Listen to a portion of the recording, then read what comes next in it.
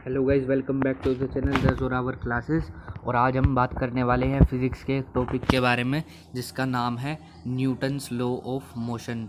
ठीक है जी, Newton's law of motion. ठीक है, इसको हिंदी में कहते हैं हम न्यूटन के गति के नियम। देखिए, इससे पहले आपको मैं बता देना चाहता हूँ कि अगर आप हमसे जुड़ना चाहते हैं तो ये जो स्क्रीन पे नंबर फ्लैश हो रहा है, आप इस पे हमको व्हाट्सएप मैसेज कर सकते हैं और हम आपको अपने व्हाट्सएप ग्रुप में जो है ज्वाइन कर लेंगे। और आप हमारा टेलीग्राम भी ज्वाइन कर सकते हैं, टेलीग्राम चैनल, उसका लिंक हमने आपको डिस्क्रिप्शन में दिया हुआ है। तो देखिए, इसमें सबसे पहला जो टॉपिक है वो हमें पता होना चाहिए, नेट फोर्स। नेट फोर्स क्या होता है जी? टोटल फोर्स कितनी लग रही है उस एक ऑब्जेक्ट के ऊपर, उसे हम नेट फोर्स कहते हैं। The combination of all forces acting on an object, सारी फोर्स का लगा के कॉम्बिनेशन। ठीक है जी। अगर मानने की बात, ये पहला एग्जांपल है, जैसे अगर फोर्सेस की डायरेक्शन अपोजिट हो, यानी कि किसी ऑब्जेक्ट पे एक फोर्स तो लग रही है इधर की साइड और एक फोर्स लग रही है इधर की साइड, तो जो बड़ी फोर्स होगी हम उसमें से छोटी फोर्स को घटा देंगे तो हमारी नेट फोर्स निकल के आएगी। देखिए, इसमें 20 था इधर भी और इधर भी 20 था, तो ये हो गई बैलेंस फोर्स। तो इसका जो नेट फोर्स आ गया वो आ गया 0, 20 माइनस 20। अब देखिए, ये सेकंड एग्जांपल में इधर को लग रही है 20 और इधर को लग रही है 18 न्यूटन फोर्स। तो हम 20 में से जब 18 घटाएंगे तो हमारा 2 न्यूटन फोर्स जो है वो आंसर आ जाएगा, 2 न्यूटन फोर्स जो है नेट फोर्स आ जाएगा। अब देखिए, अगर फोर्स जो हो वो सेम डायरेक्शन में हो फिर क्या होगा? फिर में दोनों प्लस हो जाएंगी। ठीक है, एक 8 न्यूटन की फोर्स लग रही थी, एक 6 न्यूटन की फोर्स लग रही, तो नेट फोर्स जो होगी वो 14 न्यूटन की होगी। ठीक है जी। अब देखिए, आप आगे की टॉपिक पे ऊपर बढ़ते हैं हम। देखिए, बैलेंस फोर्स क्या होते हैं। बैलेंस फोर्स देखिए, अगर हम किसी ऑब्जेक्ट पे सेम फोर्स इधर से लगाएं, सेम फोर्स इधर से लगाएं, तो वो मोशन में आएगा, वो सिर्फ रेस्ट में ही रहेगा। और इस प्रकार की फोर्स को हम बैलेंस फोर्स कहते हैं, जो दोनों डायरेक्शन में बराबर लगे बिल्कुल। ठीक है जी। अब देखिए, अनबैलेंस फोर्स क्या होती है। अनबैलेंस फोर्स देखिए, अगर हम एक डायरेक्शन में तो ज़्यादा फोर्स लगा दें, एक डायरेक्शन में थोड़ी कम लगाएं या लगाए ही ना, तो वो जो ऑब्जेक्ट है, ये ऑब्जेक्ट है सपोज, तो ये मूव करना चालू हो जाएगा जिस डायरेक्शन में ज़्यादा फोर्स होगी। तो उस फोर्स को, जो ज़्यादा फोर्स है और एक तरफ कम फोर्स है, उन्हें हम कहते हैं अनबैलेंस फोर्सेस। देखिए, ये स्टार्ट मूव कर देगा या फिर ये स्लो डाउन हो जाएगा। ठीक है जी। या फिर ये डायरेक्शन अपनी चेंज कर लेगा ऑब्जेक्ट इन फोर्सेस से। तो देखिए, अगले टॉपिक की तरफ बढ़ते हैं हम। देखिए, ये हैं हमारे न्यूटन साहब। ये न्यूटन साहब हैं, इन्होंने 1687 में, ये देखिए 1687 में अपनी 2 बुक लिखे थे, फिलोसोफिया नेचुरलिस और प्रिंसिपिया मैथमेटिका। इन दोनों बुकों में इन्होंने रिलेशन बताया था फोर्स और मोशन के बीच में। ठीक है जी, इन दोनों बुकों में इन्होंने बताया था मोशन और फोर्स के बीच में रिलेशनशिप। ठीक है जी। देखिए, इनके जो 3 लॉ हैं, उनसे हम दुनिया में या यूनिवर्स में किसी भी ऑब्जेक्ट का मोशन कैसे होगा वो हम पता लगा सकते हैं, इनके बस 3 लॉ से, जो इन्होंने 3 लॉ दिए हैं। तो आइए हम देखते हैं अगला टॉपिक अपना, जो न्यूटन्स फर्स्ट लॉ है। न्यूटन्स फर्स्ट लॉ कहता क्या है? देखिए, an object at rest will stay at rest unless acted on by an unbalance force. इसको आप एक्सटर्नल फोर्स भी कह सकते हैं। ठीक है जी।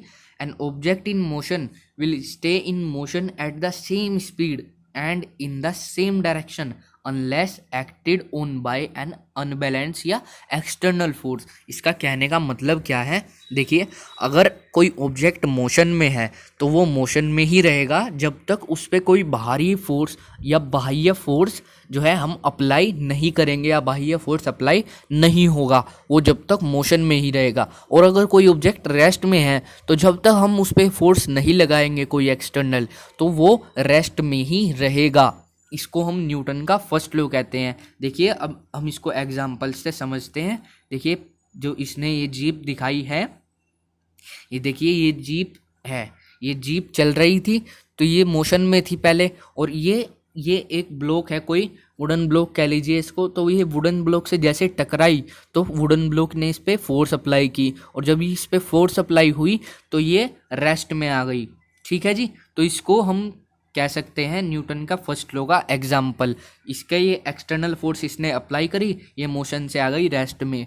इसको हम एक तरीके से और समझ सकते हैं, अगर हम किसी वैक्यूम में अगर हम कोई सी साइकिल के पैडल को चलाएं और वो जब तक नहीं रुकेगा जब तक उस पर कोई बाहरी फोर्स अप्लाई नहीं होगी या हम ब्रेक नहीं लगाएंगे, तो वो जब तक चलता ही रहेगा। वैक्यूम में क्यों कहा मैंने, क्योंकि अगर हम नॉर्मली चलाएंगे तो वो थोड़ी देर बाद जो है रुक जाता है। उस पर देखिए एयर रेजिस्टेंस लगता है। एयर रेजिस्टेंस क्या होता है, देखिए जैसे हम हवा में हाथ को ऐसे करते हैं ना, अपने हवा में ऐसे फ्री हाथ को, तो आवाज़ आती है, तो वो आवाज़ एयर रेजिस्टेंस की होती है। एयर रेजिस्टेंस का काम होता है मोशन को स्लो डाउन करना। ठीक है जी, अब देखिए आगे अपना अगला टॉपिक इनर्शिया। इनर्शिया क्या होता है, इनर्शिया होता है an object tendency to resist change in motion. देखिए अगर कोई ऑब्जेक्ट रेस्ट में है तो वो मोशन में आने का जो अपोज करता है उस क्षमता को हम कहते हैं इनर्शिया। या फिर ऑब्जेक्ट कोई मोशन में है तो वो रेस्ट में आने का अपोज करता है। ठीक है जी, तो उसको हम कहते हैं inertia. All objects have inertia. देखिए सभी के पास इनर्शिया होता है। The greater the objects mass the greater the it's inertia. देखिए जितना ज़्यादा मास होगा उतना ही ज़्यादा इनर्शिया होगा। इसको हम एग्जांपल से समझेंगे। अगर हमारे पास एक छोटा वुडन ब्लॉक है तो उसको हम आसानी से खिसका सकते हैं, लेकिन अगर हमारे पास ज़्यादा मास का या ज़्यादा वेट का जो है वुडन ब्लॉक होगा तो हमें उतनी ही ज़्यादा फोर्स लगानी पड़ेगी, तो ना ही ज़्यादा उसका इनर्शिया होगा। And the larger the force needed to overcome inertia. ठीक है जी, अगले टॉपिक की तरफ बढ़ते हैं जो कि है Newton second law. Newton second law क्या कहता है, देखिए the acceleration of an object by a force is inversely proportional to the mass of the object and directly proportional to the force. अब देखिए इसने क्या कहा, जो एक्सेलरेशन होती है किसी ऑब्जेक्ट की ए, वो इनवर्सली प्रोपोर्शनल तो होती है मास के, और एक्सेलरेशन जो है डायरेक्टली प्रोपोर्शनल होती है फोर्स के। यानी कि जितनी फोर्स हम लगाएंगे उतनी ज़्यादा एक्सेलरेशन बढ़ेगी, और जितना ज़्यादा मास होगा उतनी कम एक्सेलरेशन होगी। इसका मतलब ये है। ठीक है जी, तो हम इससे क्या कंक्लूड कर सकते हैं, हम इससे ये कंक्लूड कर सकते हैं जो एक्सेलरेशन होता है वो होता है फोर्स अपॉन मास। देखिए ये फॉर्मूला जो है force is equals to M में, ये इससे ही आया है न्यूटन के सेकंड लॉ से। देखिए इसका एग्जांपल देख लेते हैं हम। देखिए ये इधर की तरफ फोर्स अप्लाई कर रहा है और इसका जो मास है वो है कार का 1000 kg, और इसकी जो ये है एक्सेलरेशन वो है 0.05 मीटर पर सेकंड स्क्वायर। तो इसमें हमें फोर्स बतानी है। अब देखिए हम इसमें फोर्स कैसे निकालेंगे, हमें पता है फोर्स का फॉर्मूला एम ए होता है। एम जहाँ पे है 1000 के हम गुना कर देंगे 0.05 से हम इसको लिख सकते हैं 5/100। तो ये हो जाएगा F is equals to 50 newton. F is equals to 50 newton. ठीक है जी, अब चलते हैं अगले टॉपिक की तरफ अपने। अगला टॉपिक जो है, नहीं ये क्वेश्चन ही है, इसको आप करके बताइएगा मुझे इन क्वेश्चनों को। एक्सेलरेशन इसमें फाइंड करनी है, फाइंड द एक्सेलरेशन। ये देखिए फाइंड द एक्सेलरेशन। तो इसमें देखिए फोर्स जो दिया है वो दिया है F is equals to 0.49 newton, mass दिया है 0.05। तो हमें पता है एक्सेलरेशन जो होती है वो होती है F/m। तो एक्सेलरेशन यहाँ से हम निकालेंगे तो ये आ जाएगा 49/5, और जब हम इसको सोल्व करेंगे तो ये आ जाएगा 9.8 मीटर पर सेकंड स्क्वायर। ठीक है जी, ये देखिए इसी प्रकार से जो अगला क्वेश्चन है हमारा, F is equals to 68.6 newton दिया है, मास जो है 7 kg दिया है। तो इसमें हम कैसे करेंगे, 68.6 को हम 7 से डिवाइड कर देंगे तो हमारा आंसर आएगा 9.8 मीटर पर सेकंड स्क्वायर। ठीक है जी, अब देखते हैं हम अगले टॉपिक की तरफ बढ़ते हैं। तो ये देखिए अगला टॉपिक जो है air resistance and falling objects. देखिए air resistance and falling objects को हम कैसे समझ सकते हैं। देखिए जो अगर हम किसी ऑब्जेक्ट को किसी पर्टिकुलर हाइट पे से ड्रॉप करें तो जो उसे नीचे खींचती है उसे तो हम कहते हैं फोर्स ऑफ ग्रेविटी, ठीक है जी, जो उसे नीचे खींचती है। और जो उसका अपोज करती है उसे हम कहते हैं एयर रेजिस्टेंस, ठीक है। तो वो स्लो डाउन हो जाता है थोड़ा सा, तो एयर रेजिस्टेंस के कारण वो स्लो डाउन हो जाता है। तो जो नेट फोर्स होती है, net force of the feather and the coin, देखिए हमने एक फेदर नीचे डाला और कॉइन नीचे डाला, तो the force of air resistance subtracted from the force of gravity. तो देखिए अगर हम फोर्स ऑफ एयर रेजिस्टेंस, जो एयर रेजिस्टेंस की फोर्स है उसे हम फोर्स ऑफ ग्रेविटी में से घटा देंगे तो इसकी जो है नेट फोर्स जो है निकल के आ जाएगी। अब देखिए अगले टॉपिक की तरफ चलते हैं हम अपने। The falling object don't accelerate through their whole fall. देखिए जो फॉलिंग ऑब्जेक्ट्स होते हैं वे कभी भी एक्सेलरेट नहीं होते, वे सेम स्पीड या सेम वेलोसिटी के साथ जो है नीचे आते रहते हैं। Eventually the force of air resistance pushing up against the object equals to the force of gravity pulling down the object. when that happens the net force of falling object become zero। देखिए अगर इसने कहा है अगर air resistance की जो value है वो फोर्स ऑफ ग्रेविटी के इक्वल हो जाए तो जब वो हो जाएगी तो नेट फोर्स जो है हमारा ज़ीरो हो जाएगा और ऑब्जेक्ट जो है एक्सेलरेट नहीं करेगा, ठीक है जी, ऑब्जेक्ट जो है एक्सेलरेट नहीं करेगा। और जो फाइनल स्पीड होती है उसे हम कहते हैं टर्मिनल स्पीड। देखिए इसका एग्जांपल क्या है, जो रेन ड्रॉप्स होती हैं, बारिश की बूंदें, वो अपनी टर्मिनल स्पीड जब रीच करती हैं जब वो एकदम फॉल होने लगती हैं तो वो अपनी टर्मिनल स्पीड जो है रीच कर लेती हैं। देखिए न्यूटन का जो थर्ड लॉ ऑफ मोशन है, न्यूटन की गति का तीसरा नियम, तो for every action there is an equal and opposite reaction. ये सबसे आसान लॉ है, मुझे तो पर्टिकुलरली सबसे आसान लॉ लगता है ये न्यूटन का। तो देखिए जितना फोर्स हम किसी चीज़ पे अप्लाई करेंगे वो भी उतना ही फोर्स हमें अप्लाई करेगा, जैसी करनी वैसी भरनी। इसका सिंपल सा वो है एग्जाम्पल। देखिए अगर हम किसी बैलून में हमने हवा भर रखी है और हम इसको ऐसे ही छोड़ दें तो जो हवा नीचे आएगी वो बैलून को ऊपर लेके जाएगी, ठीक है। और इसका जो सबसे डेली लाइफ में एग्जाम्पल हम देखते हैं वो है हमारा चलना। हमारा चलना कैसे, हम देखिए पैर से जो है धरती को पीछे धकेलते हैं तो धरती हमें आगे धकेलती है, ठीक है जी। देखिए ये इसने ये दिया है मार्बल्स, कंचे दिखाए हैं इसने, तो देखिए यहाँ से ये इस पे वो है फोर्स अप्लाई करेगा और ये इस पे और ये इस पे, और ऐसे ही जो अगले वाला होगा वो सबसे आगे वाला वो ऐसे हो जाएगा, ठीक है जी। तो ये न्यूटन के थर्ड लॉ के एग्जाम्पल थे। There is an equal and opposite reaction for every action, ठीक है जी। अब चलते हैं अगले टॉपिक की तरफ जो कि है मोमेंटम।